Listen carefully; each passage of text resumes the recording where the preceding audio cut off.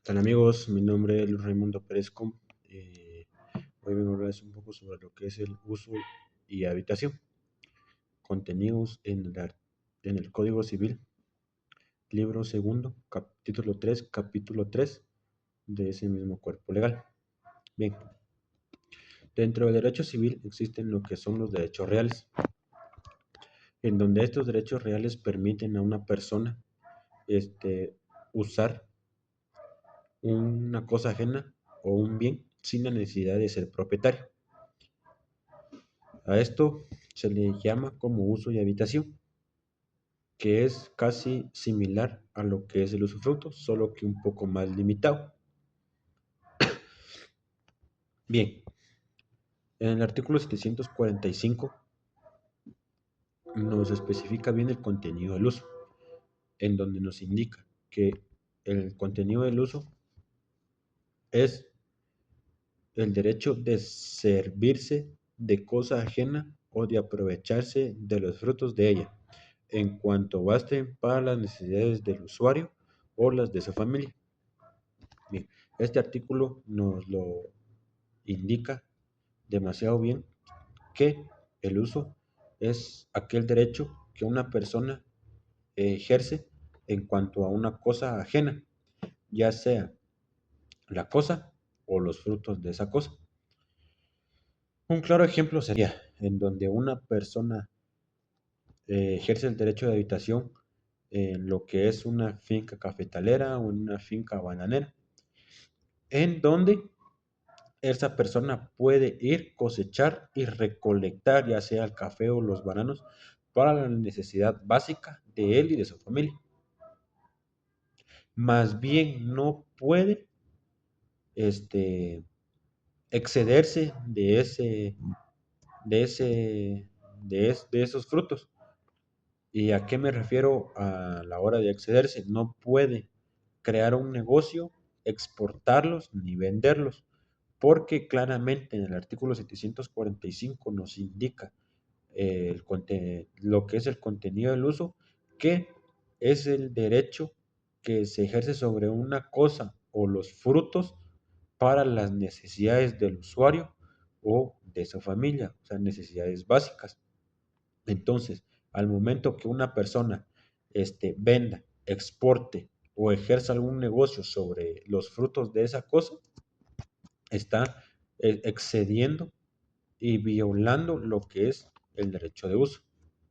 Bien, en el artículo 746 nos regula lo que es el contenido de la habitación y dice, la habitación se limita a lo que sea necesario para quien tiene el derecho y para su familia, aun cuando no la haya tenido en el momento de constituirse tal derecho.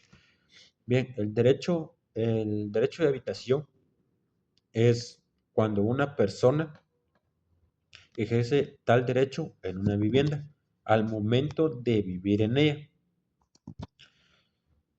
A lo que se refiere en donde dice el artículo, aun cuando no la haya tenido en el momento de constituirse tal derecho. Esto se refiere o nos da a entender tanto que el derecho de uso como el derecho de habitación debe constituirse con el título que los crea. Esto se refiere tanto al testamento como al contrato. Ya que si en el contrato o en el testamento no se especifica bien en que una persona va a ejercer el derecho de habitación en un lugar determinado, esta persona puede ejercer el derecho eh, en todo lo que es el bien. Un ejemplo sería en donde María ejerce el derecho de habitación sobre una vivienda, en una casa de 2 niveles, ya que no especifica bien en qué nivel va a ejercer ella el derecho de habitación. Ella puede ir y habitar tanto el primero como el segundo nivel. Lo que María no puede hacer es venir, alquilar o poner un negocio sobre esa casa a terceros o como antes mencionado,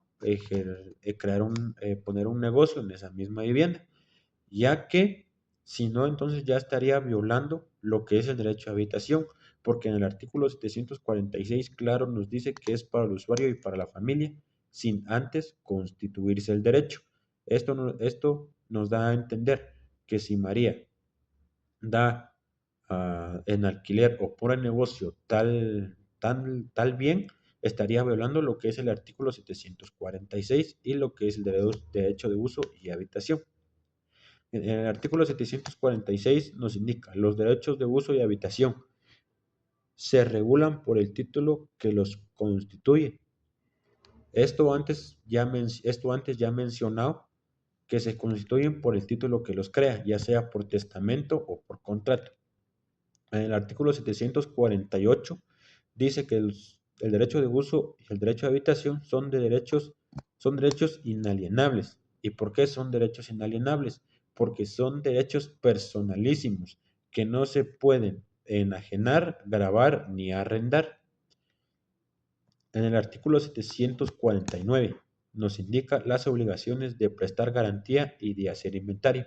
Bien, antes de ejercer lo que es el derecho de uso y habitación, tanto el propietario como el que va a ejercer el derecho, ya sea eh, en un bien o sobre una cosa o los frutos de una cosa, debe dejar garantía y debe hacerse un inventario de cómo está el bien antes de empezar a ejercer el derecho, para que asimismo este, el propietario no le vaya a ocasionar problemas o a decirle que causó daños al bien injustificadamente.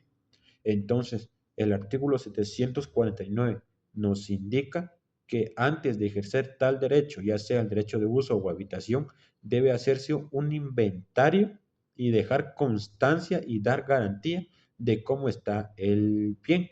Por ejemplo, una persona va y ejerce el derecho de habitación sobre una casa, antes de empezar a ejercer tal derecho, esa persona tiene que hacer un inventario de cómo está. Ejemplo, la casa, la entrada, las puertas, la ventana, los baños, para que así al transcurrido los años, el propietario no le vaya a ocasionar problemas sobre daños que él mismo no cometió o que ya estaban antes de que se ejerciera el derecho de habitación. En el artículo 750 nos dice, los derechos de uso y habitación se establecen y se pierden de la misma manera que el usufructo. Bien, ¿cómo se pierde el derecho de uso de habitación? El derecho de uso y habitación se pierde por la muerte del propietario, por el plazo determinado o por la simple renuncia.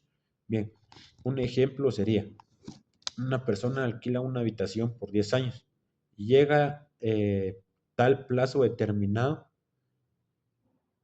y desaparece así, no más el, el derecho de habitación, porque dice que se pierde igual que el usufructo, y el usufructo se pierde por la muerte del propietario, por el plazo determinado o por la simplemente renuncia.